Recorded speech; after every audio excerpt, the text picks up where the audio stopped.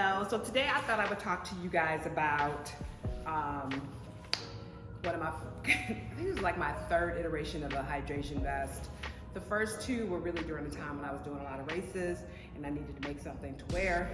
But this is probably my first iteration when I said, oh, I want to start a business.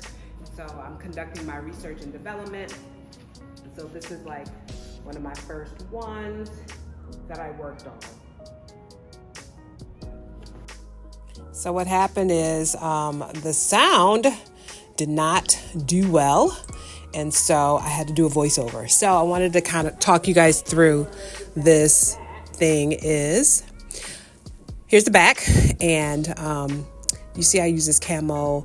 It's like a canvas material, not quite duck canvas, but pretty strong canvas. No stretch though, and I liked it on the inside. It's pretty waterproof or water resistant and then what I did was I didn't really zip it up on the sides because I wanted it to have a lot of room for a lot of stuff to fit in there without dealing with a lot of zippers. And so the back is meant to be kind of simple, cover, and spacious enough for you to put a lot of different stuff inside. If you see at the bottom, there's a little bit of webbing. That webbing is designed to kind of hold everything, make sure that it doesn't move around and make it extra sturdy. And then we're going to talk about the sides here. So I did two things on the sides. There's one side where the zipper is on top.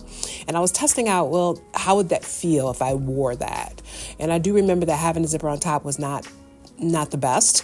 And then I did the other side where I did the zipper like along the facing. And so there, you just don't have any skin to skin interaction with the zipper. And so I really like that placement much better than I did at the top of the side panel. And let's talk about the straps. So on the straps, I'm using, I believe that is some reflector fabric. It's ripstock and it's completely waterproof. And it's thin.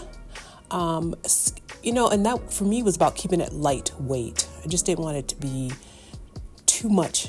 You know what I mean? I wanted you to feel comfortable in it. And then let's see. I believe I'm next going to kind of try to show you the back.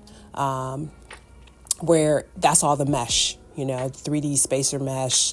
It's super soft. It stretches very little. Again, it's pretty water resistant, not completely waterproof, but it's designed to kind of help keep you warm if you're in cold weather and designed to keep you cold in hot weather. And as you'll see, I have it all along the inside of the vest, whether it's on the straps or on the side lining. I just tried to make sure that there was mesh all the way through because that kind of serves as the textile that's closest to your skin and it needs to do the most work.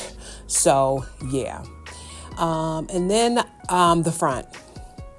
The bottom. I don't know what I was talking about when it pertained to the bottom, but I just wanted to kind of show you that this 3D spacer mesh is just some really sturdy fabric, yet soft. It's super soft, y'all, and important to the design. And then in the front, I have this I put material on the front and then I put zippers between it because I thought that might be the way to go. Since then I have completely moved away from zippers in the front. And as you can see, I'm really struggling to put it on, which is why I've moved away from zippers. Also, what I found about zippers too is that they weren't reliable all the time, and zippers tend to break. But with that stretch fabric, having that zipper there helped it lay flat. I didn't mind the zipper. I will say at the time, I didn't know how to really sew zippers very well. So I was doing everything within my power to not have to use zippers anymore. And so, I could possibly go back to using zippers now because I do have a technique that I think I can use and that would be super comfortable for bigger bodies and will help the vest lay on your body.